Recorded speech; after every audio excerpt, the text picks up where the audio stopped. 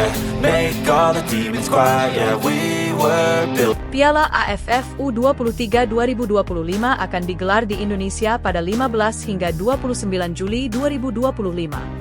Timnas Indonesia U23 yang diasuh oleh Gerald van den Burg tergabung di grup A bersama Malaysia U23, Filipina U23, dan Brunei Darussalam U23. Pertemuan yang terjadi di matchday ketiga grup A tersebut tepatnya berlangsung pada Senin 21 Juli 2025 pukul 20 waktu Indonesia Barat. Sebelum melawan Malaysia, Timnas Indonesia U23 terlebih dahulu akan melawan Brunei Darussalam 15 Juli 2025 dan Filipina 18 Juli 2025. Jadi, laga melawan Malaysia U23 merupakan partai terakhir Garuda Muda di fase grup. Sebelum lanjut, yang ngaku cinta dan dukung Timnas wajib subscribe dulu, yang subscribe rezekinya bakal lancar setiap harinya. Bisa dikatakan, laga tersebut sangat krusial karena bisa menjadi pertandingan penentuan lolos atau tidaknya Timnas Indonesia U23 ke babak semifinal. Perlu diketahui, hanya juara grup dan satu runner-up terbaik di fase grup saja yang berhak lolos ke semifinal. Jadi, Timnas Indonesia U23 harus meraih hasil terbaik di grup A sejak awal laga. Bahkan sebisa mungkin mengunci status juara grup sebelum melawan Malaysia U23. Terlepas dari laga penentuan atau tidak, pertandingan melawan Malaysia U23 tetap yang paling dinanti. Karena sudah lama Timnas Indonesia tak bertemu Malaysia, walau memang yang bertemu nanti bukan tim senior, melainkan skuad U23.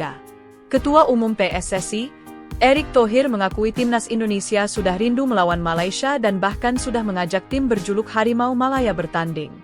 Hanya saja, tawaran itu ditolak oleh Federasi Sepak Bola Malaysia atau FAM. Kini, takdir justru menempatkan Timnas Indonesia U23 melawan U23. Karena itulah, Erick Thohir sangat menantikan laga tersebut. Ini pemanasan yang bagus bagi Timnas U23 dan juga pelatih Gerard van der Burg. Apalagi kita satu grup dengan Malaysia, kata Erick Thohir pada Mei 2025 lalu. Pelatih Timnas Indonesia U23, Gerald van den Burg, menegaskan pentingnya kemenangan dalam setiap laga. Tentu saja kami harus meraih kemenangan, itu yang paling penting, ujarnya kepada wartawan. Van den Burg menambahkan, di grup yang kami dapatkan, ada tim-tim bagus dan juga tim yang seharusnya bisa kami kalahkan. Pada akhirnya, hanya kemenangan yang akan dihitung. Pengamat sepak bola nasional, Rasiman, juga memberikan pandangan terkait kans Indonesia di grup A. Ia menilai Garuda Muda memiliki kualitas di atas 3 lawannya di fase grup. Rasanya Indonesia harusnya bisa melewati 3 tim di atas karena dari segi kualitas pemain dan youth development, kita sedikit di atas mereka, ujar Rasiman. Ia menambahkan, mungkin yang agak sedikit jadi kendala Malaysia, tapi saya rasa pemain kita di level U23 lebih baik dari ketiga negara yang ada di grup A. Piala AFF U23 2025 juga berpeluang menjadi ajang unjuk kemampuan bagi sejumlah pemain muda yang telah memiliki pengalaman bersama Timnas Indonesia senior. Kehadiran mereka dapat membawa Indonesia tampil lebih kompetitif. Sesuai regulasi, kompetisi ini ditujukan untuk pemain yang lahir pada tahun 2002 atau setelahnya. Menariknya, beberapa penggawa Timnas Indonesia senior masih memenuhi syarat usia untuk tampil di ajang ini. Para pemain tersebut berpotensi menjadi kekuatan tambahan bagi Garuda Muda dalam upaya merebut gelar juara di kandang sendiri. Berikut ini adalah 4 pemain Timnas senior yang masih bisa memperkuat Indonesia di Piala AFF U23 2025. Yang pertama ada Rafael Struijk, 22 tahun. Rafael Struijk merupakan salah satu pemain kunci Timnas Indonesia dalam 2 tahun terakhir. Ia dikenal memiliki mobilitas tinggi, visi bermain yang baik, serta fleksibilitas untuk mengisi berbagai posisi di lini depan. Meski kerap bermain di posisi winger bersama Timnas, Struijk sebenarnya memiliki dasar permainan sebagai gelandang serang, bahkan bisa ditempatkan sebagai second striker. Pada pertengahan tahun 2025, Struijk masih berusia 22 tahun, sehingga memenuhi syarat tampil di Piala AFF U23.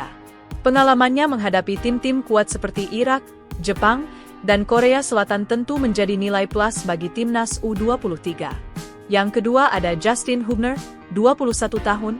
Justin Hubner merupakan tipe back modern yang jarang dimiliki Timnas Indonesia. Dengan postur tinggi, permainan yang kokoh, dan kemampuan membaca situasi dengan baik, Hubner telah menjadi pilar di lini belakang skuad senior asuhan Shin Tae-yong maupun Patrick Kluivert. Meskipun masih berusia 21 tahun, bek kelahiran Belanda ini sudah tampil di berbagai laga internasional dengan intensitas tinggi, termasuk dalam kualifikasi Piala Dunia 2026. Jika diturunkan di Piala AFF U23 2025, kehadiran Hubner diakini akan memperkuat lini pertahanan Garuda Muda. Ia tak hanya solid dalam bertahan, tetapi juga memiliki kemampuan membangun serangan dari belakang berkat visi permainan dan akurasi umpan yang dimiliki. Ketiga ada Marcelino Ferdinand, 20 tahun. Marcelino Ferdinand kini sudah melampaui level kelompok umur. Gelandang berusia 20 tahun ini merupakan bagian penting dari transformasi permainan timnas Indonesia di bawah asuhan Shin Tae-yong dan kini juga menjadi andalan Patrick Kluivert. Dengan kecerdasan taktik, ketenangan saat menguasai bola, serta kemampuan mencetak gol dari lini kedua, Marcelino adalah tipe playmaker yang mampu mengubah jalannya pertandingan seorang diri. Meski saat ini berkarier di Inggris bersama Oxford United, Marcelino tetap menjadi bagian penting dalam skuad Garuda.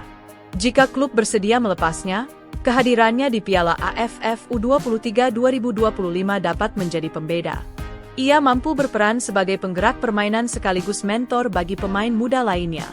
Dan yang keempat ada Ivar Jenner, 21 tahun. Sejak menjalani debut bersama timnas Indonesia tahun lalu, Ivar Jenner telah menjelma menjadi pengatur ritme permainan di lini tengah. Ia dikenal memiliki distribusi bola yang akurat, kuat dalam duel, serta piawai membaca permainan lawan. Meski masih memperkuat Jong Utrecht di Belanda, Jenner sudah menunjukkan kualitasnya dalam laga-laga internasional, termasuk saat menghadapi tim seperti Vietnam dan Irak. Pada Piala AFF U23 2025, Jenner bisa memainkan peran sentral sebagai penjaga keseimbangan permainan. Kehadirannya di lapangan tak hanya memperkaya sisi taktis tim, tetapi juga memberikan ketenangan saat menghadapi tekanan. 3 tim juara grup dalam laga akan langsung melaju ke semifinal. 1 slot tambahan akan diperebutkan oleh 3 runner-up terbaik dari setiap grup.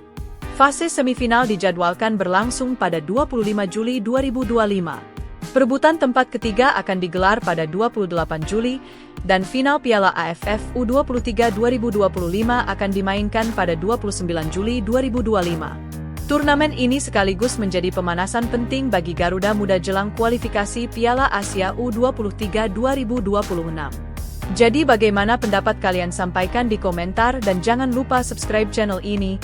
Terima kasih banyak.